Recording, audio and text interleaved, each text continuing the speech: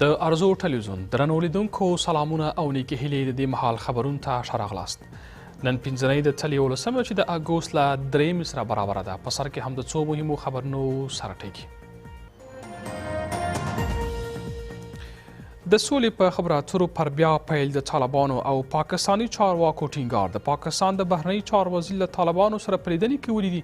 هیواد یې هڅه کوي له هغه ځایه چې خبرې اترې درېدلې له هماغه ځایه بیرته پیل سي. د بایومټریک شو رایو اړوند د نوماندانو بیلابیل دریځونه. دولت جوړونکې ټاکنیزه ډله وایي که چیرې کمیسیون نه بایومټریک شو رایو ته اعتبار ورکړي دوی یې مني، خو یو شمېر نورو ټاکنیز ډلې بیا نه مني.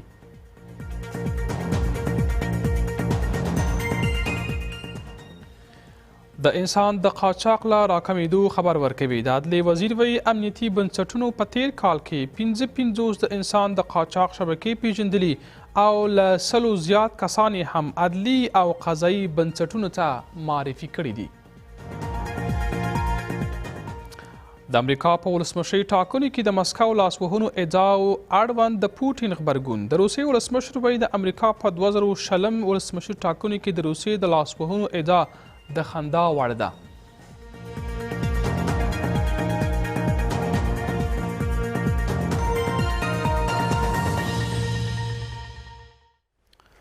بشپړ خبرو ته ښه راغلاست. د پاکستان او طالبانو چارواکي د سولې د خبرو اترو د بیا پیل باندې ټینګار کوي. د پاکستان د بهرنی چارو وزیر د طالبانو د پلاو سره په لیدنې کې ویلي دي په افغانستان کې سیمه ییز اجماع رامنځته شوې ده او د افغانستان او طالبان نه باید دا فرصت لاس ورکړي. په همدې حال کې افغان حکومت اعلان کړی دی چې پاکستان ته د طالبانو د پلاو سفر د سولې لړۍ ته ګټه نه رسوي او دا ډله باید په عمل کې جګړه او تاوتریخوالي ودروي. د طالبانو سیاسي پلاوی مسکو، چین او ایران ته له سفر وروسته د همدې اونۍ په ترڅ کې پاکستان ته تللی دی. د دې ډلې سیاسي پلاوی د ملا عبدالغني برادر په مشرۍ د پاکستان د بهرنیو چارو وزیر شاه محمود قریشي سره لیدنه او د سولې خبرو اترو د بیا پیل پر څرنګوالي خبرې اترې کړي دي. د پاکستان د بهرنیو چارو وزیر وایي چې د افغانستان د سولې لپاره د سیمه ییزې او نړیوال اجماع په جوړښت سره به په دې هیواد کې د سولې ټینګښت لپاره زمینه برابرېږي او د جګړو ښکېلې خواوې نه باید دا مهال له لاسه ورکړي. اور پاکستان کی کوشش ہے، پاکستان کی کاوش ہے پاکستان په دې هڅه دی ترڅو خبرې اترې بیا پیل سي او خپل منطقي ځای ته ورسیږي. ما له طالبانو سره 1 ساعت او 15 دقیقې ناسته درلوده. له هغه ځایه ډاډه راستون سوم پاکستان د خدای په مرسته په دې هڅه دی له هغه ځایه چې خبرې اترې درېدلې وې له همهغه ځایه بیرته پیل سي او په دې هیواد کې سوله ټینګه سي. داسې معلومیږي چې امریکا نور لار نه لري. یا امریکا باید په افغانستان کې خپل قوتونه وساتي او دا جنگ ته دوام ورکړي چې دا بې پایلې جنگ دی، تر اوسه پورې هم کوم نتیجې ته نه دی رسېدلی. په همدغه دلیل و چې ترامپ کوشش وکړي چې دا مذاکرات شروع سي. خو د افغانستان حکومت پاکستان ته د طالبانو د پلاوي له سفر څخه هرکلی نه کوي. ولسمشرۍ ماڼۍ وایي چې طالبانو سیاسي پلاوی دی بېلابېلو هیوادونو ته د سفر او د بهرنیو سره د خبرو اترو پر ځای په عمل کې جګړه ودروي او د افغانستان حکومت سره دی د سولې خبرو اترو میز ته حاضر شي. با باور ما این نشست ها هیچ کمکی را به پروسه صلح نمیتونه بکنه. پروسه صلح تنها وقتی نمیتونه نتیجه داشته باشه که مالکیت و رهبری او پروسه به دست دولت افغانستان باشه. ماها در صورت به صلح پایدار و دائمی و با عزت خواهیم رسید و طرفدارش هستیم و حمایت خواهیم کرد که این صلح از آدرس نظام افغانستان در مذاکره گرفته شود. له بل خوا د هیواد ملي امنیت د شورا سلاکار ویل دي چې د طالبانو یو شمېر قماندانان د جګړو په ډګر کې د داعش له ډلې سره یو ځای کېدو په حال کې دي او په ظاهره توګه دا ډله په هیواد کې د سولې او تاوتریخوالي راکمېدو په لټه نه ده. د ټرمپ سپارښتنه د سولې خبرو اترو له درېدو وروسته په ظاهره توګه د طالبانو سیاسي پلاوي د سیمې هیوادونو ته خپل سفرونه پیل کړي دي او دا ډله هڅه لري چې د افغانستان په قضایو کې ښکېلو هیوادونو له لارې د سولې خبرو اترو بیا پیل لپاره پر امریکا فشار راوړي. مخکې د یو شمېر سرچینو ویلي وو چې پاکستان د خبرو اترو بیا پیل او د طالبانو له سیاسي مرستیال سره د خلیزات لیدنې لپاره د زمینې د برابرېدو په هڅه دی. د ټاکنو خپلواک کمیسیون نن د خبریالانو ته د ټاکنو د خپلواک کمیسیون د نتایجو مرکز ته د ننوتو اجازه نه ده ورکړې. له دې سره سم د ټاکنیزو کمیسیون یو شمېر ناظرین وایي چې د ټاکنو خپلواک کمیسیون مرکزي سیسټم ته د رای ورزیاتولو مبهم او آشنا نه دي، خو د ټاکنو خپلواک کمیسیون د امارو پر بنسټ تر اوسه نږدې 4000 د نتایجو برګې په فزیکي توګه او 18000 نور د دې کمیسیون مرکزي سیسټم ته سوي دي. په ټاکنو خپلواک کمیسیون کې د رایو د پایلو د راټولولو له لړۍ او څرنګوالي څخه خبریالانو ته دننه د لیدو اجازه ورنه کړل شوه. یکی خود تعداد ناظرین کم است، از هر تیم حدوداً به روز 2 نفر است، به شب 2 نفر است که اینا به این بخش‌های مختلف رسیدگی نمیتونن. دوم دیگه سیستم طور گنگ روان است که به ما تمام چیزش معلوم نمیشه. مثلا از جایی که اینا میخواین چیزای روان کنن مثلا به سرور مرکزی ما هم دقیق نمیفهمیم که چی رقم روان میکنن و آن مراکزی که در روز انتخابات مسدود شده چه در ولایات امن و چه در ولایات ناامن به صورت بسیار شفاف واضح بسازه تا مردم باور بکنن که در کجا رای داده شده و این رای چگونه بوده.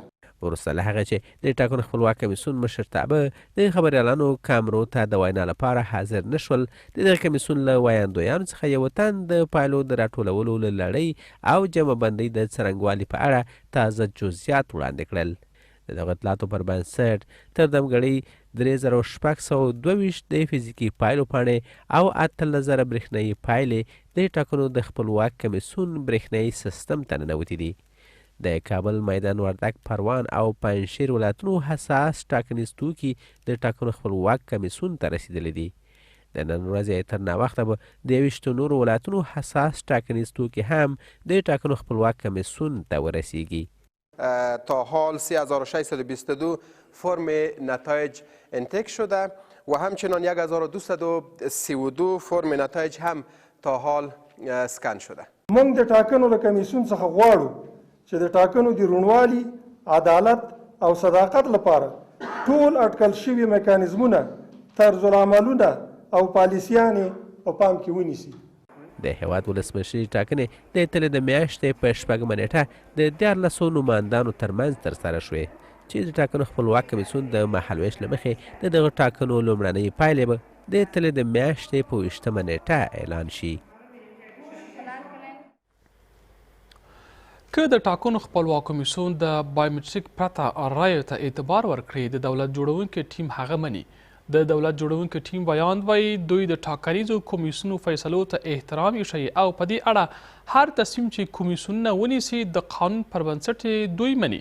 له دې سره سم یو شمېر نور ټاکنیز بنسټونه د بایومټریک پرته رایو ته اعتبار ورکول د ټاکنو د خپلواک کمیسیون او د نمایندانو د فیصلو د مخکینیو خلاف دی. د بایومټریک پرته رایو په اړه د ټاکنو د خپلواک کمیسیون د چلند پر وړاندې د ناندرو او لانجو په درشل کې د دولت جوړونکي ډله وایي که چیرې د ټاکنو خپلواک کمیسیون د نه بایومټریک شوو رایو ته اعتبار ورکړي، دوی ته د مننه دی او د ټاکنو خپلواک کمیسیون پرېکړې ته به درناوی وکړي. این بایومتریک برای چی هست که وقتی رای بدون بایومتریک محاسبه شد؟ این مصرف چی است؟ وقتی یک قانون پاس میشه، یک مقرره پاس میشه برای بایومتریک، اگر تو باز مو بایومتریک حساب نکنی، این معنی این قدر مصارفی که میلیون ها دلار به خاطر خریداری ازی، به خاطر ترینینگ افراد، به خاطر استفاده ازی مصرف شده، این معنیش چی است؟ تر دې دمخه د ګلبدین حکمتیار، عبدالله رحمت الله نبیل، فرامرز تمنا او عنایت الله حافظ د بایومټریک شوې رای تورې بللې وې او د بایومټریک شوو رایو په شمېرنه یې ټینګار کړی و. د ټاکنو خپلواک کمیسیون هم په تېرو ورځو کې ټینګار کړی و چې یوازې بایومټریک شوو رایو ته به اعتبار ورکړي. و ما مهم تصمیم کمیسیون انتخابات است که با چه موافقه میرسن اینا، با کدام شرایط اینا قبول میکنن. هر تصمیمی را که کمیسیون محترم انتخابات در مورد ثبت آرای بایومتریک و بدون بایومتریک بگیره او را ما احترام میکنیم و ما او را قبول داریم. در آغاز همکارای ما تنها اوراقی که همون QR کد را می داشته باشند، همون استیکر که از داخل پرینتر بایومتریک بیرون آمده، اینمی را جنبندی میکنن و فاقد از این در آغاز یک طرفه میکنن. این یک اطمینان است خدمت هموطنای ما که بدون از آرای دارنده تصدیق بایومتریک رأی دیگه مدار اعتبار نمی باشه. د ټاکنو خپلواک کمیسیون اوسمهال له ولایتونو څخه مرکز کې د ټاکنو خپلواک کمیسیون سیستم کې د رایو په لیږدولو بوخت دی. په ټاکنو څارونکي بنسټونه ټینګار کوي چې د پایلو پاڼې باید له برېښنایي پایلو سره تطبیق شي او پر بنسټ یې پرېکړه وشي. په برېښنایي سیستم کې هماغه اطلاعات شتون لري چې د بایومتریک د نرم افزارونو په وسیله ثبت شوي دي. اگر در ریزل شیت فر مثال 100 نفر رای دادن یا ثبت است و در دستگاه بایومتریک اون محل 50 باشه، دلیلی باید پیدا شه و کمیسیون باید تصمیم بگیره که برخوردش چی است. یا معکوس از این در دستگاه بایومتریک 100 نفر هستند اما در ریزل شیت 50 نفر است. این حالاتی است که کمیسیون مسئول انتخابات باید جدا مد نظر داشته باشه و برای کاندیدا و بر نهادهای ناظر بر مردم معلومات ارائه بکنه. در د مخه د مشرانو جرګې رئیس د ټاکنو خپلواک کمیسیون ته خبرداری ورکړی و چې له بایومتریک پرته رایو ته هم باید اعتبار ورکړی شي. د ټاکنو خپلواک کمیسیون هم وایي چې د تلې د میاشتې په ټاکنو کې د بایومتریک پرته رای هم کارول شوي دي. خو اوس به ولیدل شي چې د ټاکنو خپلواک کمیسیون به د دغه رایو پر وړاندې څه پرېکړه وکړي. خو هغه څه چې روښانه دي هغه دا دی چې دغه رایو ته اعتبار ورکول به ټاکنیزه فضا یو ځل بیا له کړکېچ سره مخ کړي. د عدلیې وزارت د انسان د قاچاق له راکمېدو خبر ورکوي. د عدلیې وزیر ټینګار کوي چې امنیتي ځواکونو په تېر کال کې د انسان تښتونکو 55 شبکې پیژندلې دي او له 100 ډېر انسان تښتونکي عدلي او قضایي بنسټونو ته معرفي کړي دي. دا وزارت ټینګار کوي چې د انسان تښتونکو د پیژندلو په اړه هڅې په چټکۍ سره دوام لري. د عدلیې وزارت د انسان قاچاق سره د مبارزې کمیسیون په رأس کې په یوې ناسته کې د دې بنسټ لاسته راوړنو خبرې کوي. هغه لاسته راوړنې چې په تېر کال کې د انسان د قاچاق 50% کمښت ښیي.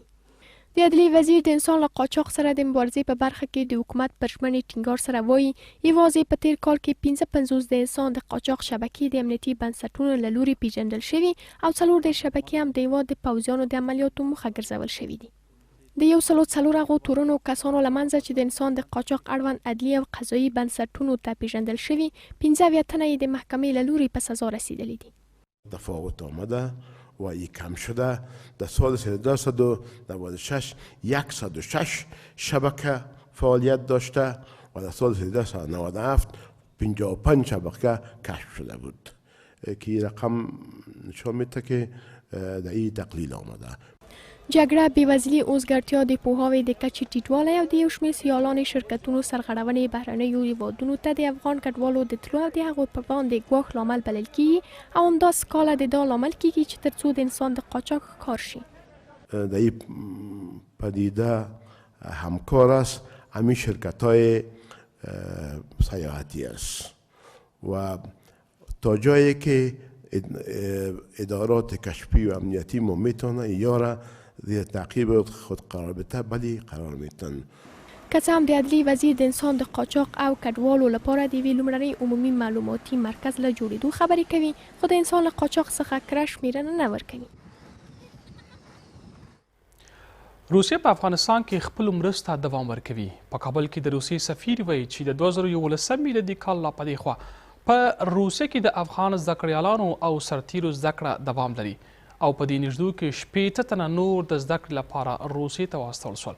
په همدې حال کې د کورنۍ چارو وزارت چارواکي وایي چې افغان زده کړیالانو ته په ځانګړې توګه د مخدره توکو پر وړاندې مبارزې د لوړوالي لپاره د روسیې د زده کړې ایز لړۍ دوام لري. تمه ده دا ځل 80 زده کړیالان د پوځي زده کړو ترلاسه کولو لپاره مسکو ته سفر وکړي. په کابل کې د روسیې سفیر د دې زده کړیالانو د استولو په مراسم کې وایي چې اوس مهال 144 کسان په روسیه کې د پوځي زده کړو په ترلاسه کولو بوخت دي او په روان کال کې هم د نجونو او هلکانو لپاره 315 بورسي په پام کې نیول شوي دي. С 2011 года Министерство внутренних дел России предоставляет Министерству внутренних дел. موږ همداشان ملکی کډرونو ته د روزنې په برخه کې خپل ملاتړ ته دوام ورکوو. سږکال مو نجونو او هلکانو ته 315 بورسي وړاندې کړي. له نشهیي توکو سره مبارزې په برخه کې کډرونو روزنې ته هم دوام ورکوو. هیله مند د خپلو زده کړو پای ته رسېدو وروسته خپل هیواد ته راستانه او د خلکو لپاره خدمت وکړي. روسیه له افغانستان څخه ملاتړ کوي او په راتلونکي کې به هم دا مرستې دوام ولري. په همدې حال کې د کورنۍ او چار وزارت چارواکي وایي چې په بېلابېلو برخو کې د پولیس افسرانو لپاره د روسي روزنیزو بورسو د دې ځواکونو د وړتیا په لوړېدو کې مرسته کړې ده.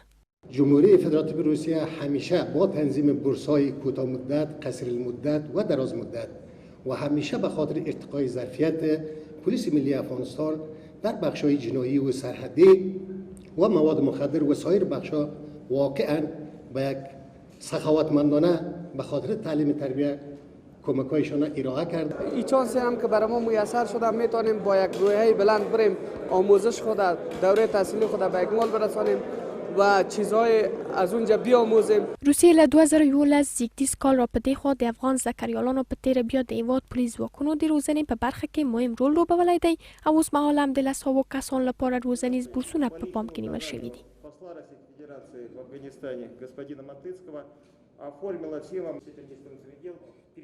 ډیرو قدرمن لیدونکو د دې مهال خبرونه همدلته پای ته ورسېدل. د سبا د ورځې د هوا حالات به مې همکار وړاندې کړي. ښې شېبې ولرئ. الله مو منصب.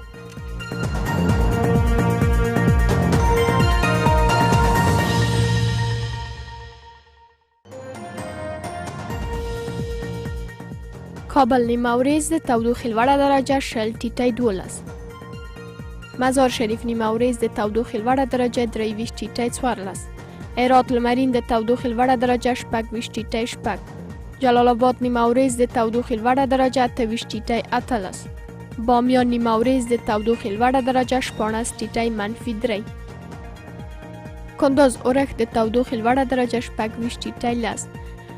کندهار لمرین د تودوخې لوړه درجه 21 ټیټی 14. غزنی نیمه ورځ د تودوخې لوړه درجه 21 ټیټی 2. میمنه نیمه ورځ د تودوخې لوړه درجه 22 ټیټی 4. د بدخشان فیض آباد نیمه ورځ د تودوخې لوړه درجه 23 ټیټی 6. اسلام آباد نیمه ورځ د تودوخې لوړه درجه 28 ټیټی 18. نوی دهلي لمرین د تودوخې لوړه درجه 33 ټیټی 23. تاشکند نیمه ورځ د تودوخې لوړه درجه 22 ټیټی 12. دوشنبه نیمه ورځ د تودوخې لوړه درجه 23 ټیټی 12. تهران لمرین د تودوخې لوړه درجه 10 ټیټی 19. دوبی لمرین د تودوخې لوړه درجه 41 ټیټی 11. استانبول نیمه ورځ د تودوخې لوړه درجه 9 ټیټی 18. مسکو اورخ د تودوخې لوړه درجه 14 ټیټی 3. بیجینګ نیمه ورځ د تودوخې لوړه درجه 33 ټیټی 22. او همداشان اشقابات لمرین د تودوخې لوړه درجه 24 ټیټی 12 اټکل شوی.